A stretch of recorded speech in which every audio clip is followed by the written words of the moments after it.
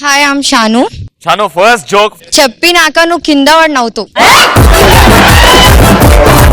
కింద పడి నేను కాదన్నా మన ఆడియన్స్ టీవీ చూసే వాళ్ళు కూడా నవ్వి ఎంజాయ్ చేయాలా? షూర్. Okay ready. ఒక టీచర్ ఒక స్టూడెంట్ ఉంటారు. స్టూడెంట్ రవిలాగా అంటే క్యాంపస్ కి వచ్చేదే గానీ క్లాస్ కి వచ్చేది లేదు. ఆ రోజు అమాసా క్లాస్ కి వచ్చిండు.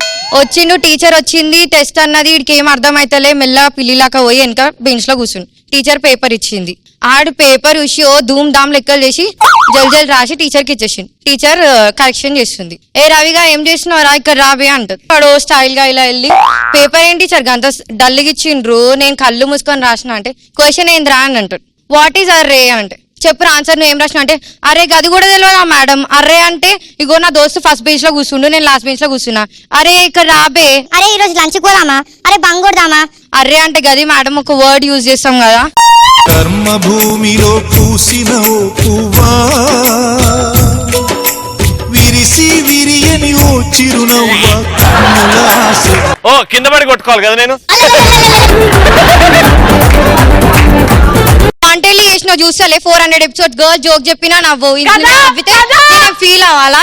నేనే కదా ఓవర్ నవ్విర్రా. నువ్వు ఎక్స్ప్రెషన్ ఇస్తే ఇంకా నవ్వుతారు వాళ్ళు. అన్నిటికి ఇట్లా. రవికి మ్యారేజ్ అయిందనమాట. సో ఆఫీస్ నుంచి త్వరగా ఇంటికి వచ్చేస్తాడు. అప్పుడు తన వైఫ్ అడుగుతుంది, ఎందుకు ఇంత త్వరగా ఇంటికి వచ్చేస్తావంటే, ఎందుకు ఇంత త్వరగా ఇంటికి వచ్చేసావు? మా బాస్ నన్ను జస్ట్ గో టు హెల్ అని అన్నాడు అని చెప్తాడు. హెల్ అంటే ఏంటి? నరకం. నరకం అంటే ఏంటి? ఇల్లు. అందుకే ఇక్కడికి వచ్చాను అంటాడు.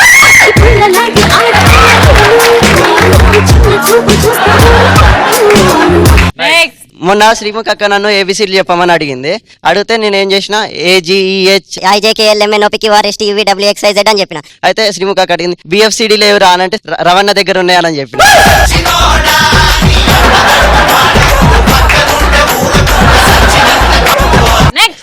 శ్రీముఖి రవి ఇద్దరు పెళ్లి చేసుకున్నారు. సో నువ్వు ఆఫీస్కి వెళ్ళినప్పుడు శ్రీముఖి ఇంటర్వ్యూ అవుతుంది. మీరు రోజు రవి వచ్చే వరకు అన్నం తిన్నారంట. సూపర్ మేడం, మిమ్మల్ని చూసి అందరు నేర్చుకోవాలి ఆడవాళ్ళు అంటే ఆదర్శం. ఓకే ఓకే అసలు ఎలా మీరు అంత లెవెల్ అయినా 1 అయినా ఆయన తాగేసి వస్తాడంట, మీరు ఆయన ఎలా ఉంటాడంటే అది వదిలేసి అది పర్సనల్ అంటే ప్లీజ్ మేడం చెప్పండి అంటే పర్సనల్ అని చెప్పాను కదా ఒక్కటే సతా ఉంటా ప్లీజ్ మ్యామ్ చెప్పండి మ్యామ్ అంటే వాడు వచ్చి వండుతారే కానీ నేను తినేది అంటే. నెక్స్ట్ క్లాస్ లో ఒక టీచర్ క్వశ్చన్ అడుగుతుంది అనమాట. ఆ క్లాస్ లో రచరవి కూడా ఉంటాడు. అయితే టీచర్ అడుగుతుంది, ఏకలవ్యుడికి మీకు డిఫరెన్స్ ఏంటి అని అడిగితే రచరవి లేసి మేము 1000 పోస్ట్ చదువుతున్నాము, అదే ఏకలవ్యుడు 1000 ఇచ్చి చదువుకున్నాడు అని చెప్తారు. మనసు నిప్పులా మారిపోతే ఈ మంటలేమి తప్పు. అన్న మన అయితే మన సుధాకర్ ఉన్నాడు కదా పెద్ద నాన్న. అయితే ఆయన ఒక డాక్టర్ దగ్గరికి వెళ్తాడు. డాక్టర్ దగ్గరికి వెళ్తే ఆయన ఏమంటాడంటే ఈ రోజు నీకు ఆఖరి రోజురా. అయితే సుధాకర్ అన్న ఇంటికి వెళ్తాడు. ఇంటికి వెళ్ళి పెళ్ళా అని చెప్తాడు, నాది ఈ రోజు ఆఖరి రోజు, నువ్వు నాతోనే స్పెండ్ చేయాలి ఈ రోజు నైట్ మొత్తం అంటే. వాళ్ళ వైఫ్ 12 వరకు స్పెండ్ చేస్తుంది. తర్వాత నిద్ర వచ్చి పండుకుంటది వాళ్ళ వైఫ్. లేవే అంటే నేనంటే పొద్దున్న లేయాలి మీరు లేయరు కదా అంటది.